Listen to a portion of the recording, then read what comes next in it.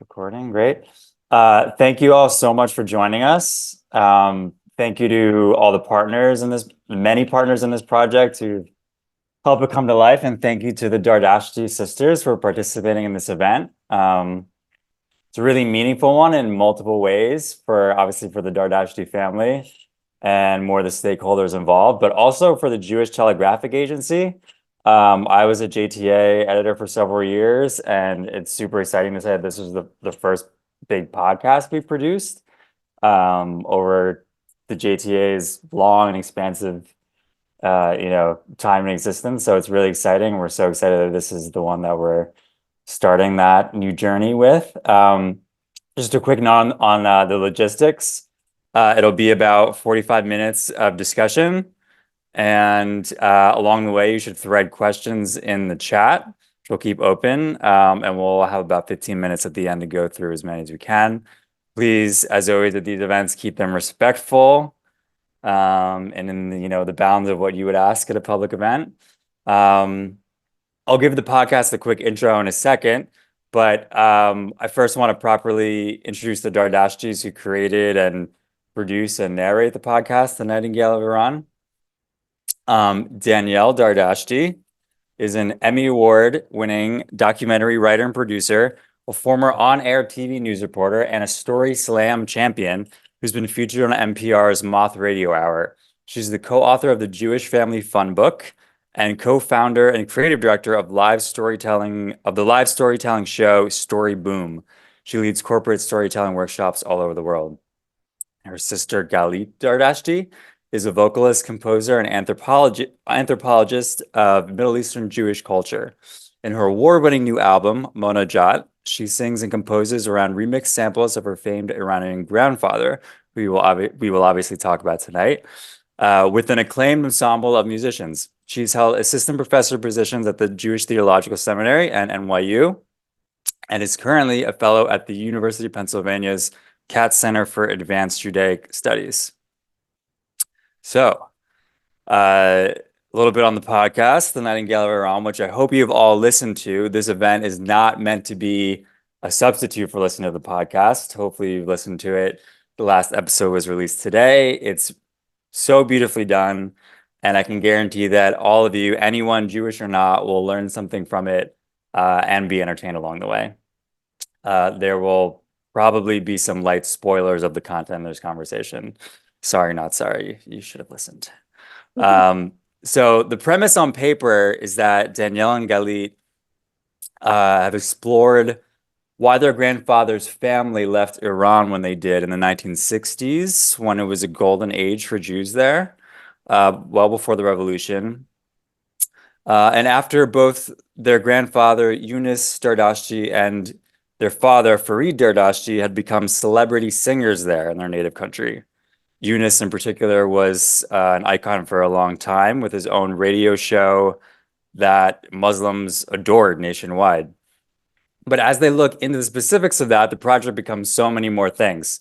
We've got an exploration of their family's complex Jewish identity across generations, which was the product of moving from Iran to Israel and the United States.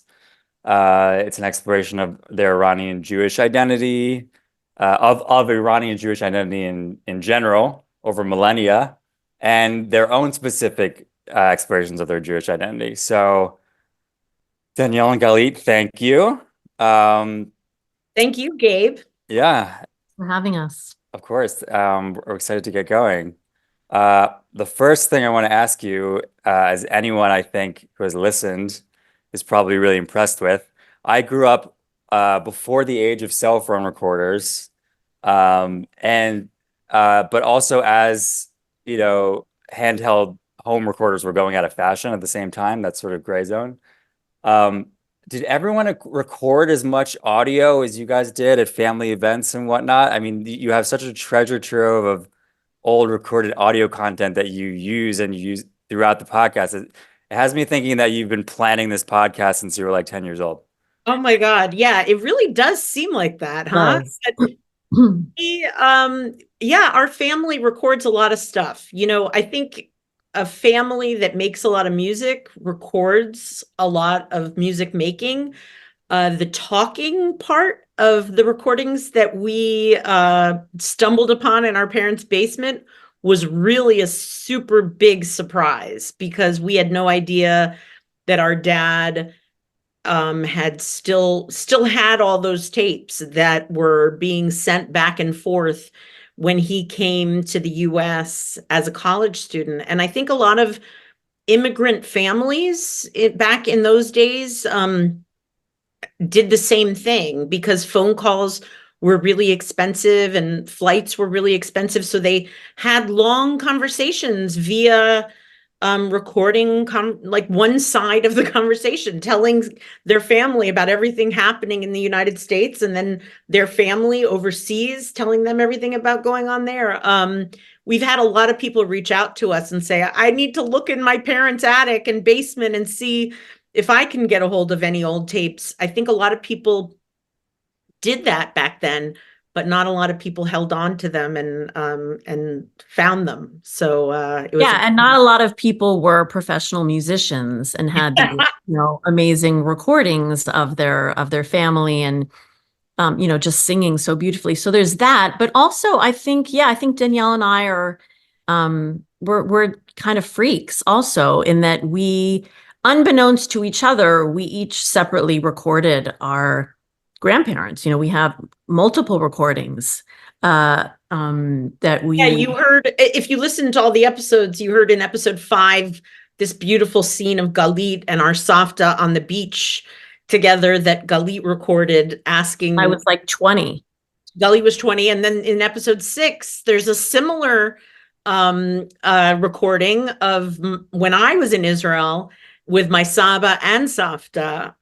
When Galeet was in Israel in her 20s, our Saba had already passed away. But so I think we all did. We were big recorders. It's not an accident that I became an anthropologist, an ethnographer, and Danielle became a journalist. We're interested in stuff and documenting things. Yeah, and documenting our family story has always been important to us, like through whether it's photography or audio or whatever. We're a family that does have a lot of great memorabilia. And we're kind of, emotional in that way and love to look at photo albums and things like that. But this audio treasure trove was really a shock. The audio recordings of the conversations back and forth on tape. Do you want to, first of all, you called yourself freaks. I think it's awesome. I wish I had. I wish I had this. We're very proud, but I think it is unusual. I don't think that many people our age were doing that. We were carrying around little handheld tape recorders when we were in Israel and recording stuff. But it's interesting because on both sides of our family, on our mom's side and our dad's side, you'll hear in the podcast like incredible recordings. Like our dad's family was recording these tapes to send back and forth from Iran, but then our mom's father, our grandpa, he was a big documenter, both in terms of photography and audio recordings. So we were very fortunate that we had, on both sides of our family, we had people who were, interested in recording things. So some people are already asking, and you mentioned, I think, I forget what episode now, but that the moment of discovering them in your parents' house, maybe you could, I don't know, rehash that moment a bit. But also, my theory is that, yes, that moment kind of spurred a lot of this, and you talk about the process since the pandemic and thinking through. But my theory is that maybe not since you were 10, but for a long time, this idea has been simmering in your brains and you haven't really realized it. So I just combined two. No, totally. 100%. Like I have known a long time that I wanted to make a documentary, actually about my grandfather. But I do want to say, because I was explaining this to a friend of mine today, that we, it's a long story how it all came about, and we can talk about it. But we already knew that we had to make this podcast before Danielle actually discovered all of these recordings in our parents' basement. Yeah, it's a weird, I mean, in the first draft, I was actually telling some of that backstory in the podcast, but it just was too much. But the backstory is that Galeet and I originally started this project. You're right that, like, yeah, our whole lives we've sort of been working on this project, but really when we started actually working on this project was during the pandemic in 2021, when we both had more time on our hands than we usually do. And both of us were traveling a lot less than we usually do for work, and had a lot more time to get on these video calls and interview people all over the world about our family history. And that's kind of how it started, but we didn't know what we were creating. And then I received a fellowship through, it was the Jewish Writers Initiative, Digital Storytellers Lab. And through that fellowship, I got a grant to make a pilot for a podcast series. And so we started working on a podcast series by actually, interviewing people all over the world. So our first stage of this process was actually doing interviews with people, some of our family members, but just experts and various people that are in the podcast that we interviewed in 2021.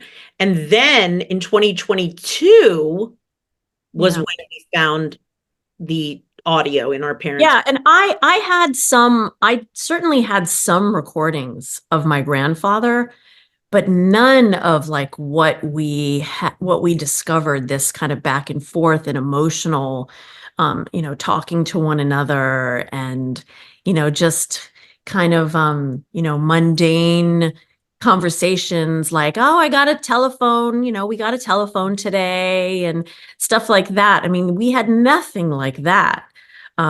So it's just especially from Iran. I mean, it's amazing because there are recordings, like 3-hour recordings, where our Safta and our father's mother and our father's siblings mostly are talking about everything going on in their lives. What color they painted the radiators,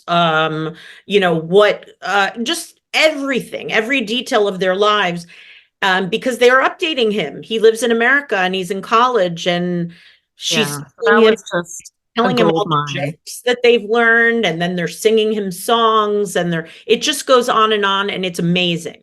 And and even we don't speak Persian, Galeet and I, but we got it translated, and the singing and the joke telling and it's like a lot of it you can understand. I mean, and you heard a lot of it in the podcast. You can understand the emotion of it, and it's amazing.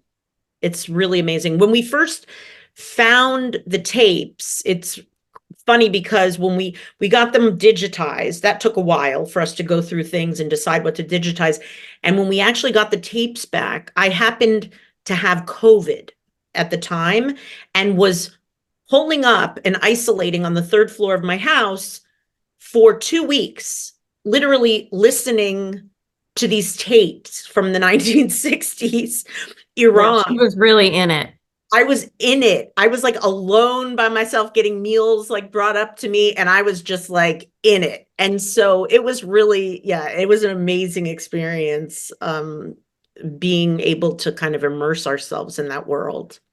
There have been worse quarantines than that, that's for sure.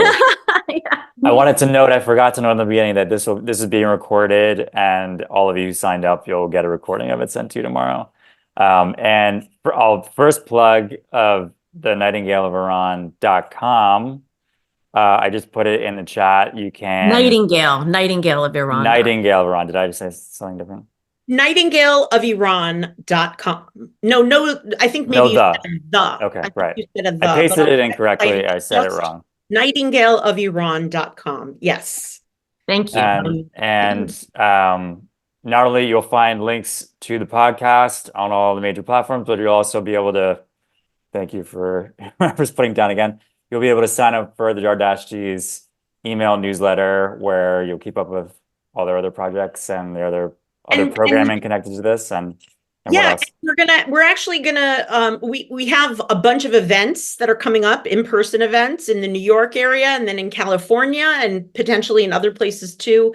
So our newsletter includes all of that, and we also have some very fun things that are going to be coming out in our newsletter. I know a lot of people were very sad that the series ended today, but there will be more content and interesting things coming your way from us if you sign up for our newsletter at But you Nightingale. have to sign up for the You have to newsletter. sign up. So where it says, please join our newsletter, you click there and put in your email address and your name. And we're excited to keep in touch with all of you. And I want to get to some fun outtakes of all. I don't know how many hours of footage you said, or of audio you said you have, but there's got to be some great outtakes that we can get back to. But I want to dig into some of the like meat of the content a bit. And I think one of the most fascinating parts for me was the concept of the mreb. I feel like that kind of ties together your family's history, Iranian Jews' history, how they sort of fit in through history and why.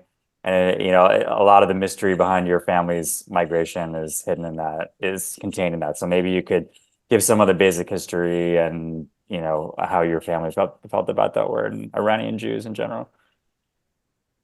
Yeah, so the word mreb, I think, it's been around a very, very long time. I don't know exactly how long, but because basically it just means entertainer.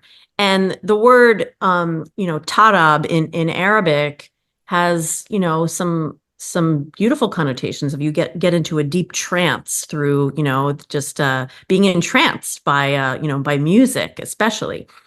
But Iran has a particularly complex relationship with music because during the Safavid dynasty in the 16th century, that's when Shi'ism came to Persia, and there became many restrictions about Muslims being able to perform music, that it was it was forbidden for Muslims to perform music. And so it was the minority's responsibility basically to continue musical traditions. And this fell to Jews, Zoroastrians, Christians, but really mostly to Jews. Music really became the profession of Jews all throughout the Islamic world, but especially in Iran, because it was much more severe in the Persian Empire. And so at some point, the word mreb really took on a very pejorative connotation. And because the Jews were the performers, it was sort of a negative term for Jews and, also Christians and Zoroastrians, but again, Armenians also, but the Christians who were Armenians. Yeah. Yeah. But the Jews within their own community,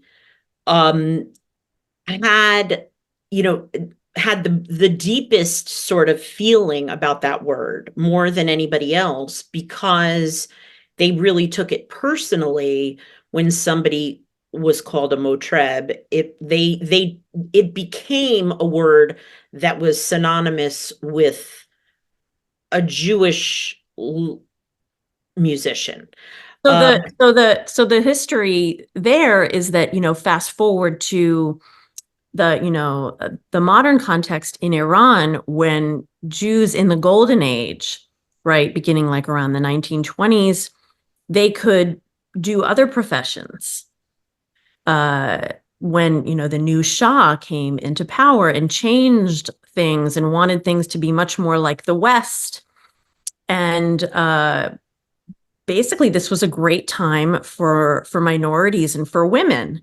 And they suddenly had all of these new rights, and they no longer had to be restricted to these few professions like music. And so this mreb, status was one they really wanted to get away from.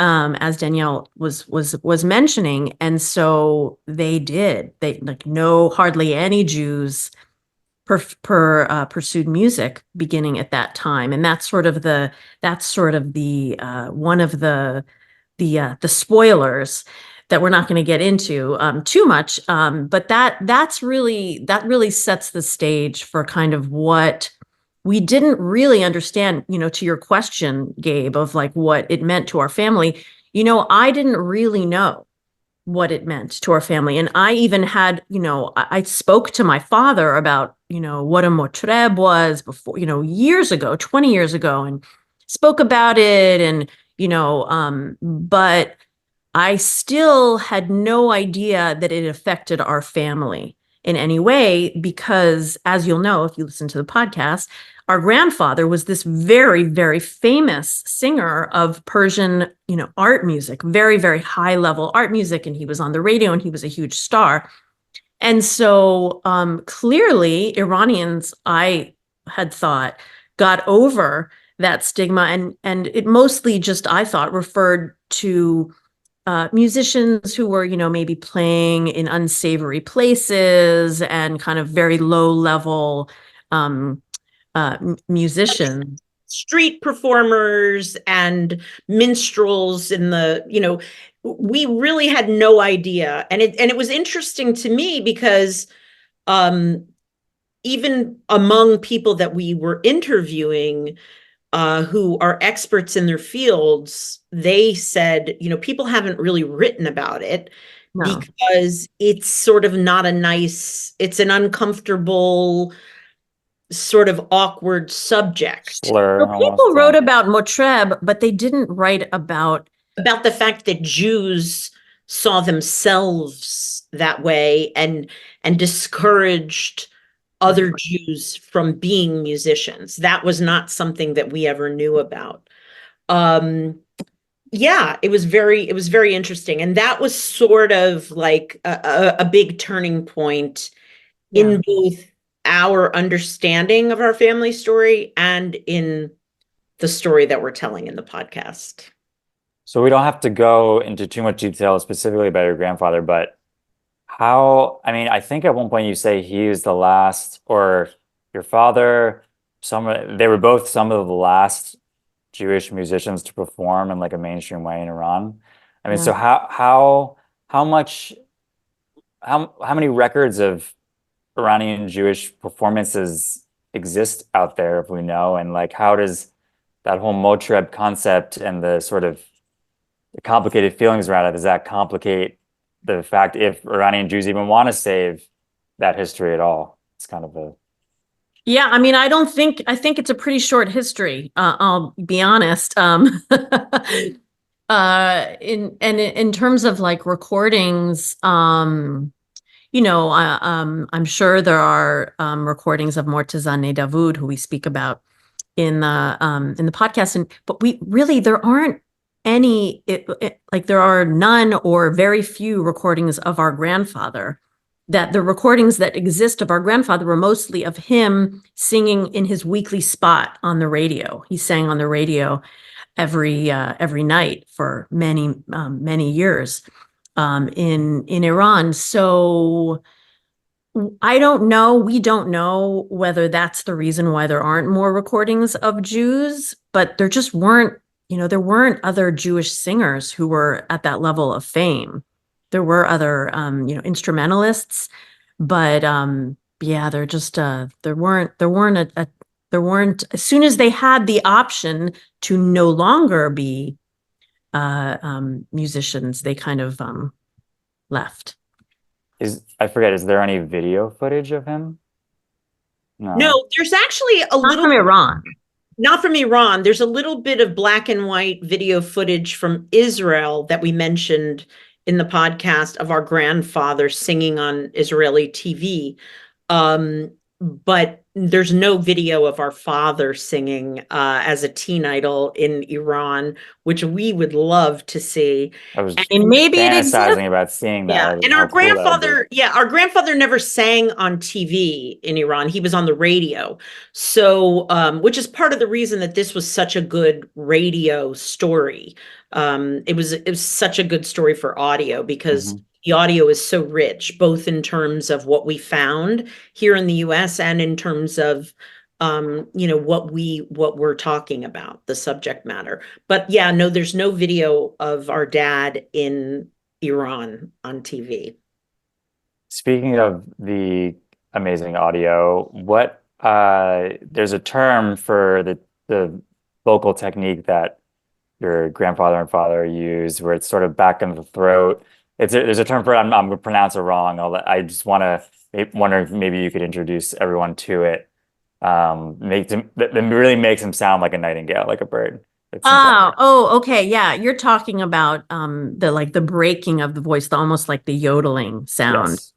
That is characteristic of Persian classical music, Persian art music, which is avaz, basically this vocal style. And it's not, it's unique to Iran, also a little bit of Iraq that borders, and those countries that are sort of bordering, but it's mostly in Iran, and that's called tahrir, which means release, or and that's why you have the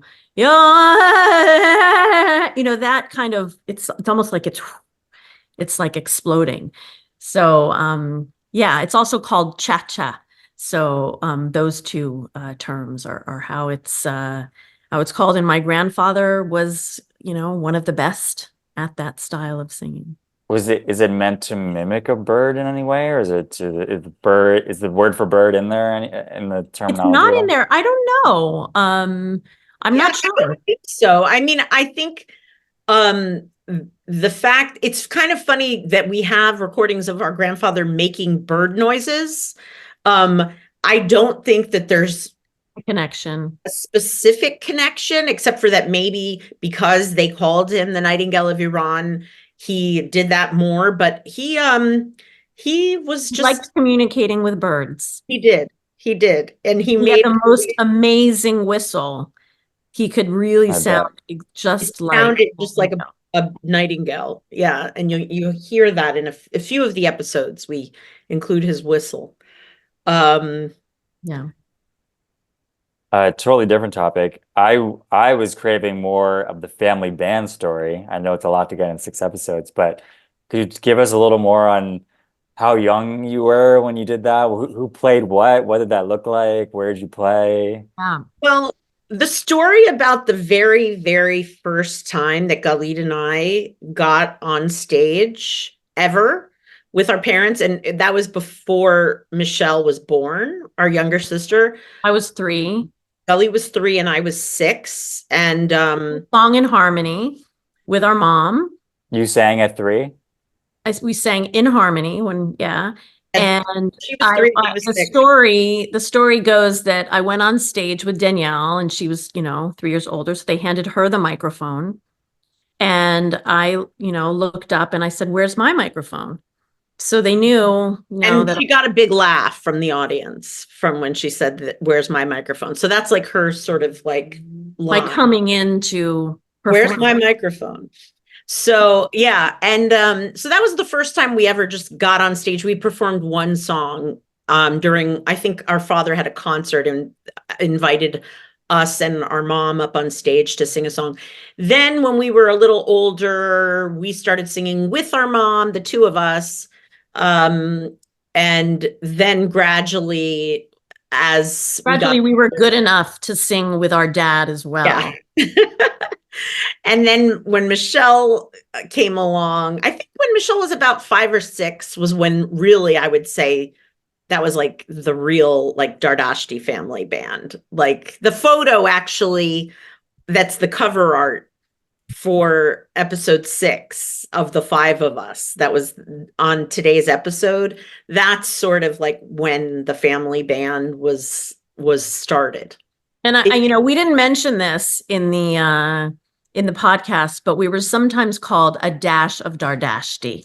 No, we did in episode 1. We did talk. Did Yes, we say that? the very beginning. Well, we talked about. Yeah, it was like cut that out. It's hard to remember. I know that was such a long time So ago. long ago. Episode 1. Beginning of episode 1, I believe there is one a dash of Dardashti. Yes. Okay. Yeah, so sometimes the Dardashti family and sometimes a dash of Dardashti. And and then Danielle and I guess none of the three of us played, we played tambourine sometimes. I think that was, and maracas. Guitar sometimes, like a little bit, each of us. I don't know. Our mom is a really good guitarist. Oh yeah, maybe. So mostly she was on guitar, but every once in a while she'd like play mandolin, and then us would play. And our dad played guitar sometimes, and he sang lullabies, and we had a pianist that performed with us. But those were the days. Did you play around where you were living at the time, or did you tour around? Oh yeah, we toured and we played we played family camps. Our mom actually, the thing, we didn't talk about this in the podcast, which is could be a whole other podcast. Our mom had like several different iterations of the family band, like after Galeet and I and Michelle would no longer be in the family band. Oh yeah, that's true. Recruited other family members, grandchildren, my husband. There was an iteration of the band called the In-Laws and the Outlaws. It was my mom and my husband and my kids. Then Galeet's kids were in another iteration of my mom's band. My mom's always forming a new band. Yeah. You aged out of the family band. It sounds like an oxymoron. Well, we did. Yeah, we just were, rebellious and not. I formed my own bands. She formed her own band. Yeah. My husband, the entire rest of my nuclear family, my husband and kids were in a family band with my mother at one point without me. So there are all sorts of family bands going on. I love that some people in the chat are saying they have fond memories of seeing you. So that's so nice. Okay. Oh my God. I mean, I still get teased because we performed at Camp Ramah, and I still get teased by friends who are just dying for us to play Meow Mitsy. So I do think we have some recordings of Meow Mitsy for people. We do, but only for people who sign up to our mailing list. They're the only ones. Sign up to our mailing list at nightingaleofiran.com. You're going to get some bonus content of Meow Mitsy. And speaking of plugging things, Galeet, do you want to talk about your recent album at all and how that interacts? Yeah, I would love to. So the project that I had been working on for many years, and I finally recorded it and debuted it in September, is a project called Monat, and which means prayer in Persian. For many years, I wanted to do some sort of project that celebrated my grandfather and to somehow get to connect with him, because which you can hear in the podcast, Danielle and I really, especially me, I didn't know him that well. Danielle got to know him a bit better when she was in Israel, her junior year, or actually her senior year of college. But we didn't speak the same language. My grandfather, I didn't speak Persian and I didn't speak French, and those were the languages he spoke. And when I was younger, I didn't speak much Hebrew. He didn't really speak much Hebrew either, but he spoke a little. So we didn't have a shared language. And so musically, it was very exciting for me, this idea that I could kind of sing with him through some of his recordings. And if you listen to the podcast, you'll know we don't speak Persian very well. I started learning it in grad school, but it didn't work out. Once I realized I couldn't go to Iran, that kind of fizzled. So, but I do speak Hebrew. And we had the only recordings that we had of our grandfather singing in Hebrew was this amazing recording of our grandfather chanting the prayers of Slichot, which are the prayers that you chant before Rosh Hashanah and Yom Kippur. And so basically, I took these recordings of him chanting Slichot, and I sampled his singing, and I timed it, and I composed around it, and also composed my own songs that I thought were appropriate for Slichot. And I basically recreated the Slichot service. And I'll tell you that the reason it's called Monat is that the last piece that my grandfather sings on this recording of him singing all these prayers, he sings this piece in Persian, and it's called Monat. And nobody knew what it was, but everybody said that this was the song that he ended Slichot prayers with. And everybody from Iran has these amazing memories of our grandfather chanting the prayers of Slichot, because it was so amazing. He was this master singer in Iran, but he would sing this piece, which nobody knew where it came from. And it seems that he actually probably is the best guess we have is that he composed this piece, and he chanted it like he would chant a song in Persian classical music, which is what he did as a profession. And it's all about prayer, and it's all about rising up and worshiping God, and it's very mystical. But so much of the music that he sang, which was Hafez and Rumi, they were all mystical pieces. So it made sense within the context of Jewish ritual for him to bring it in. And I just thought it was really beautiful and moving that he would, that he would recreate Jewish ritual, and he would bring in Persian into his ritual. And so that's why I wanted to call my project Monajat, because I was playing around with Jewish ritual too, and my grandfather kind of gave me artistic license to be able to do that. I just want to say there is a lot of fun stuff going on in the chat. There are Dardashtis all over the world connecting with each other in the chat. I was going to say, Dardashti geography. I see Shelly Dardashti. Hi, Shelly. She is there, and she's connecting with David. She's the ringleader. Yeah, she's the genealogist in our family. We interviewed in episode 2, I believe. And she's connecting with David, who's from the Iraqi Bombay branch of the Dardashti family. All kinds of interesting stuff. Oh, Shelly says she's blushing. Oh, well, I'm happy to have made you blush, Shelly. Sorry, we can't see it. All kinds of fun people that we know in the chat also here. I see Robert Weintraub from our synagogue in White Plains, New York, asking some good questions here about the information that we got from our family and why we hadn't heard about it before. I mean, it's really interesting about storytelling and memory. Yeah.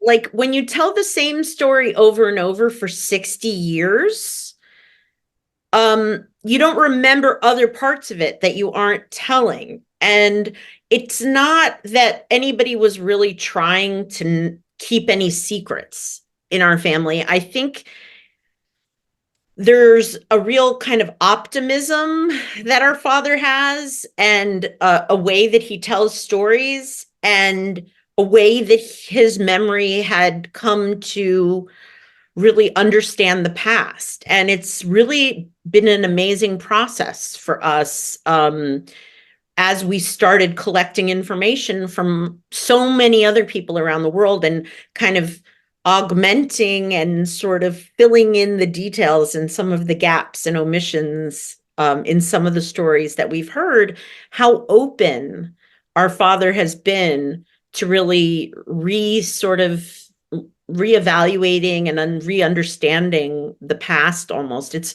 been an amazing process, and hopefully you could get a sense of that in the podcast, in episodes 5 and 6 especially. Absolutely.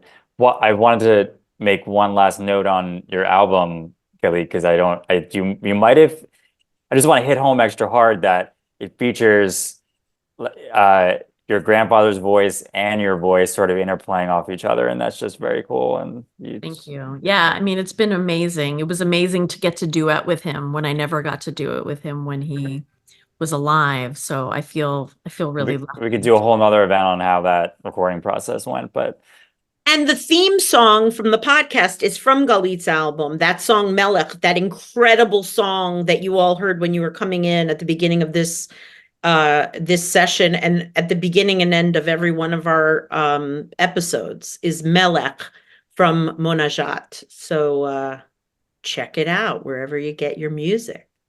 yeah, I'll find a link as we go here. I'll start weaving in some audience questions. I have a couple more, but I'll start. Why not? Angela, I'm going to give you a loyal newsletter reader, Angela Loria, a shout out. Angela Loria from DC asks, did anyone in your family ask you not to do this project as you along the way? Absolutely No not. way. Yeah, everybody was so amazing and really excited about us, being interested in this story. And everyone was really, Yeah, we were blown away about how open everybody has been with us and how excited everybody has been, in wanting to have us tell this story. It's been really incredible for us. I mean, parts of it, like we were scared to ask certain questions at certain times and scared to kind of go back sometimes to our family members with new information that we had collected and say, hey, you know how you told us that? Well, we What have about this? a new version of your past to tell you about. It felt sort of like, is that our place to do that? But each time that we did it, we figured out a way to have the conversation in a way that really didn't feel disrespectful to their memories and really allowed them to open up more and more along the way. So it was really an incredible process for us. What were and this is just me, I can't remember if someone in the chat also asked, but what were a couple of your favorite moments from the journey? Interviews that blew your mind or funny moments? Oh, well, there's so many. I mean, well, let me just say, I love the interview with Habib Parto in episode 2. I don't know if Habib is on here. If he is, Habib, you should say hi in the chat because it would be great to see you on here. But Habib is a Muslim Iranian man he was in his late 70s at the time. He might be in his early 80s now by the time, this was a couple of years ago when we interviewed him. But he was one of my favorite interviews because it was just so unexpected. We did not know that he was so close with our grandfather. We did not know our grandfather. It was so lucky. It was just, yeah. We were extremely surprised by everything in that conversation. There's so many moments. One thing is I can just remember just being blown away listening to the recording of a Passover Sader in Iran. And that they recorded their Passover Sader because they wanted, they felt bad for our dad that he couldn't be there with them. And, it was so amazing to hear my grandfather leading parts of the service. That blew my mind. And then hearing how loud everyone was during the Seder and how they weren't just sitting quietly like our dad expected us to be sitting. And we, of course, got in trouble during Passover Seders because we were so, loud and rowdy. And my dad would get mad at us. And so I was like, busted, Dad. We heard what the Seder sounded like in Iran and nobody was sitting quietly. So that was that for me was really fun. But there were a million things like that.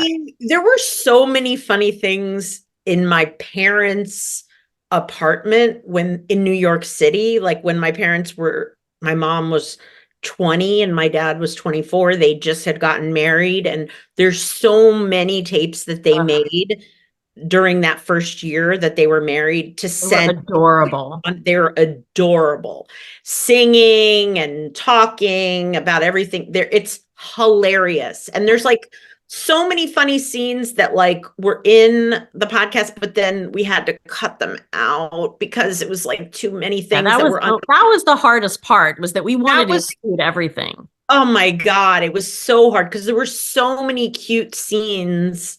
Like there was this one scene where our uncle David was visiting them. He was living with them for a while. He was a teenager and living with them from Iran.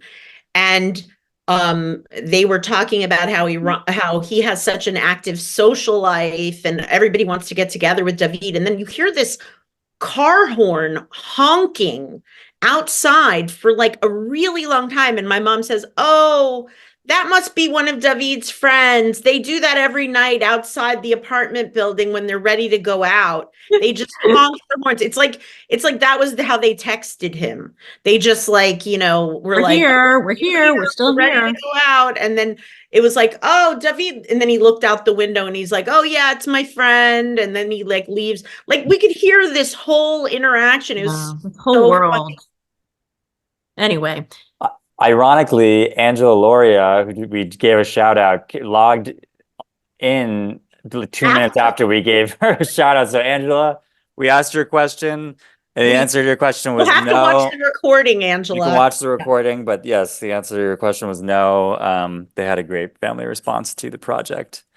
I want to get to a couple other here. Hold on, I found a bookmarked one. Aria asks, I guess during that golden age period, did Jewish performers, did they have any unique impact on Iranian popular culture? And did they have good relationships with Christian and Zoroastrian performers?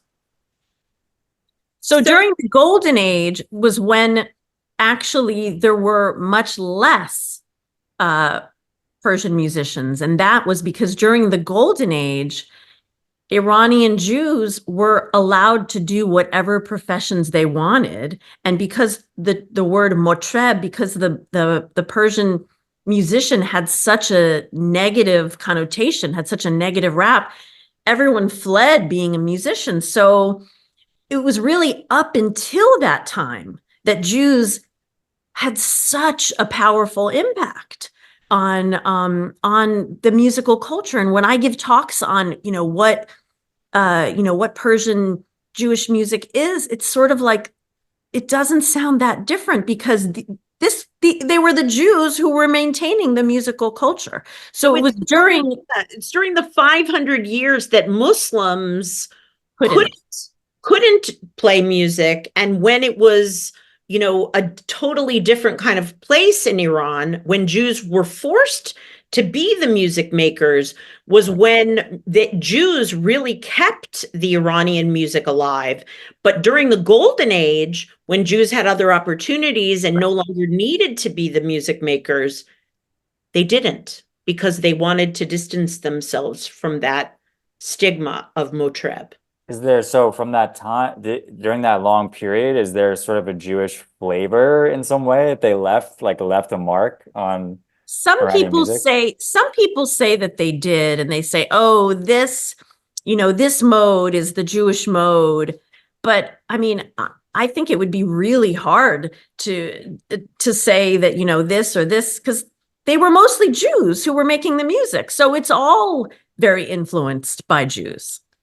But the sound of it, Gabe, sounds very Middle Eastern. Typically, it's the same kind of music that is the Iranian music that same modes. It's the same modes that Muslims sing, that everybody sings.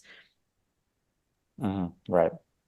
Another loyal newsletter subscriber, David Waghalter, wants to understand briefly, I guess, even though we could spend hours on this, the distinction between Persian and Farsi.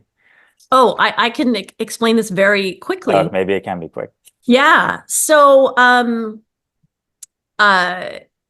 basically, it would be sort of like if you called Hebrew Ivrit all the time. And if you referred to the language that, the Jews speak in Israel as Ivrit instead of Hebrew. So the word for the Persian language in English is, Persian. And in Persian, they call that language Farsi. Oh, David Waghalter is there and said, that's what I figured. Yeah, so that's that. And there are many, when I went to graduate school, I know like my Persian professors would just go crazy about this. It's not Farsi, it's Persian if we're speaking in English. So that's all, is that, that's the language that's, I think the Espanol versus Spanish. Yeah, I think the one time I refer to it as Farsi in the entire 6 episodes is when I'm speaking in Hebrew to Saba. Right. And I'm asking him what language he's going to be right. So when I was speaking in Hebrew, I referred to Persian as Farsi, but when I'm speaking English, I say Persian. Yeah, you were also speaking to Saba, who didn't speak English, so. Or that much Hebrew. Yeah. So yeah, it made sense.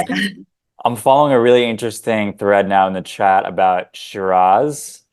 Shelley says that it was accepted in Shiraz. I'm guessing like maybe Jewish performances were more accepted there geographically. And then David Menashe says, I drink a lot of Shiraz. Now I know why. Is there a connection, a special connection between Iranian Jews and Shiraz? No, I think they're having a good time in the chat. Yeah, it's I'm gonna leave that for the chat. I also like Shiraz, but I mean, me too. Yeah, but that's like, who knows? Who knows? But have fun, Shelley and David. Yeah, enjoy your chat combo. Yeah. There are a whole bunch of interesting things in the chat. I just want to say, Danielle, that I was thinking about, he asked like, some of the things that have come from the podcasts and conversations. And I wonder, like, this is a story actually that you had with our mom about at some point when we were doing this podcast. Our mom was like, so, it's so funny you've been doing this research. When we lived in Los Angeles, Norman Lear approached us and asked us if we, wanted to do a television show about Daddy's life. And meanwhile, we've never heard this in our entire It was like, life. It was like, she was like, oh, you think that it's really that interesting, our life, about like the family band and everything? That's funny, because one time in LA, Norman Lear wanted to do a story, have us do a TV series. And I was like, what? And she was like, yeah, are you mad that we moved away and didn't do it? And I was like, no, I would have become a drug addict or something. That was my favorite. My mom was like, okay, good. Good. I don't feel so bad then. Okay. I was like, yeah, it's good that we didn't go. But anyway, I just think it's so hilarious that I've never heard that. Our parents never mentioned that to us. Never. Yeah. For those who somehow don't know, this is the Norman Lear behind the Jeffersons, All in the Family, et cetera. So you never know. We could have become one of those kind of the Dardashtis. Yeah. Dardashti. But it's been really interesting about, like, I think somebody else asked the reaction. I think I saw a question from one of our dedicated listeners, Eddie Bernstein in Florida, asked about how our parents reacted to this. And it's interesting because, like, we were very, very, like, nervous. In the beginning, we were so nervous. Like, we played them episode 1 and we sat there with them when they were listening to it. We were watching them and making sure they were okay with it and everything. But they loved it so much. Our dad literally said at the end of episode 1, like, I don't even know if he was kidding or serious, but it was hilarious. He was like, so why did I leave Iran? Like Like asked he wanted to hear, he wanted to hear the story. rest. Like we left him on the edge of his seat at the end of episode 1. He was like so excited. He was like acting like it wasn't even about him. Like he was like, Yeah, like listening tell me the to, like, punchline. Like what's, Yeah. you know, So great. yeah, you can't ask for a better reaction than that. So yeah. Someone in the chat, and maybe you can close on this, asked, you know, basically the question, so why did they leave Iran when they did? And I will leave everyone with the answer that they should listen to the podcast and learn a lot about the Dardashti family and Iranian Jews in general along the way. I will, before we wrap up, I'll put nightingaleofiran.com again in the chat. And I'm realizing now I might not have introduced myself properly at the beginning, which might have confused everyone. I'm Gabe Friedman. You might have seen me from a bunch of other JTA events. I was a longtime JTA editor. I'm now doing online courses and events for all of 70 Faces Media. And I say that just because we have this fancy new page to promote all of our 70 Faces Media online event offerings, and I'll put that here as well. I hope if you enjoyed this to tune in for more of them and to follow along there. And thank you so much to everybody for listening. And thank you so much, Gabe, for hosting us here. And you should all sign up on our mailing list. We're going to be raffling off some crazy things like dinner with our family. So crazy Dardashti experiences. So yeah, so stay tuned for that and sign up for our newsletter. Forgot to have a direct link to the podcast as well. I'll leave everyone with that. And yeah, keep us all posted through your newsletter and more on social media. We can't wait to see what you do next. And thanks everyone for coming. It's a great turnout. thank you. See you next time.